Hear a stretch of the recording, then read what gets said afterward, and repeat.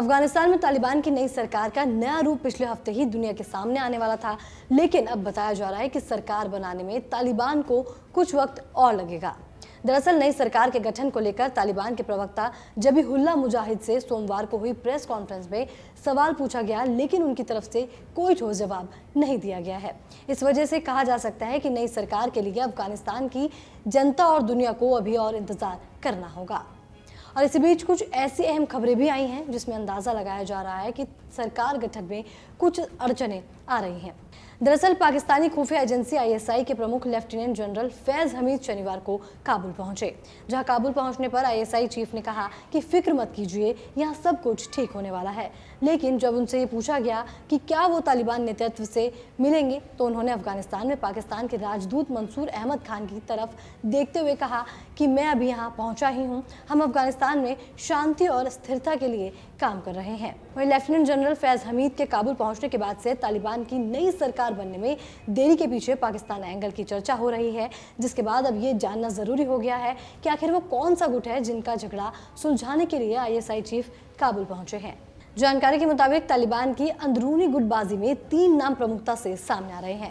पहला मुल्ला अब्दुल गनी बरादर का है। आपको बता दें कि मुल्ला अब्दुल गनी बरादर उन 4 लोगों में से एक है जिन्होंने 1994 में तालिबान का गठन किया था। वहीं साल 2001 में जब अमेरिका के नेतृत्व में अफगानिस्तान पर हुए आक्रमण में तालिबान को सत्ता से हटा दिया गया था, तब वो नेटो सैन्य बलों के खिलाफ विद्रोह के प्रमुख बन गए थे।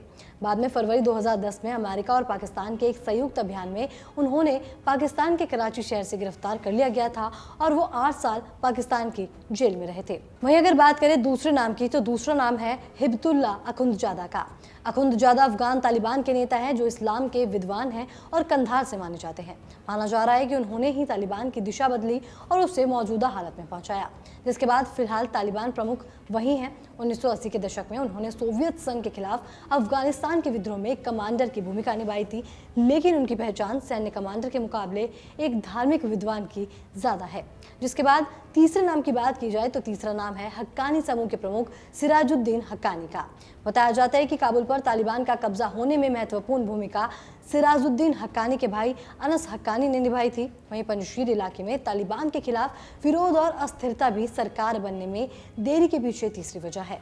हालांकि तालिबान ने प्रेस कॉन्फ्रेंस कर एक बार फिर से दावा किया है कि पंजशीर पर उनका कब्जा हो गया है, लेकिन नॉर्दर्न अलायंस इन दावों को अब भी खारिज कर रहा है। आपको बता दें कि पंजशीर में दोनों के बीच सुलह सफाई के लिए बातचीत के जरिए रास्ता निकालने की कोशिश की जा रही है, लेकिन राजनीतिक अड़चनों के अलावा नई सरकार के गठन में इस वक्त अफगानिस्तान में कई सारी आर्थिक अड़चनें भी सामने आने लगी हैं। दरअसल संयुक्त राष्ट्र के एक बयान के मुताबिक अफगानिस्तान में 1 करोड़ 80 लाख लोगों को गुजर बसर करने के लिए अंतर्राष्ट्रीय मदद की बहुत आवश्यकता है। वहां की 1/3 जनता को ये भी नहीं मालूम है कि सुबह के बाद उन्हें दोपहर का खाना मिलेगा भी या नहीं। वहीं 4 साल में दूसरी बार वहां भयंकर सूखा पड़ा है और कुल मिलाकर वहां के आर्थिक हालात की बात की जाए तो वो बहुत चिंतित है और गंभीर है। अब ऐसे में अफगानिस्तान को जरूरत है अंतर्राष्ट्रीय मदद और नई सरकार के मान्यता की। और हालात को देखते हुए संयुक्त राष्ट्र चाहता है कि तालिबान की नई सरकारों में बच्चों और महिलाओं के अधिकारों की रक्षा की जाए, जिसके बाद इस मकसद से संयुक्त राष्ट्र का एक प्रतिनिधिमंडल भी रविवार को काबुल पहुंचा है, जहां उन्होंने तालिबान नेता मुल्ला बरादर और उनके सहयोगी के साथ बैठक कर मुलाकात की है। जिसके बाद अब देखना ये होगा कि अफगानिस्तान में तालिबान कब तक अपनी सरकार बना पाती है।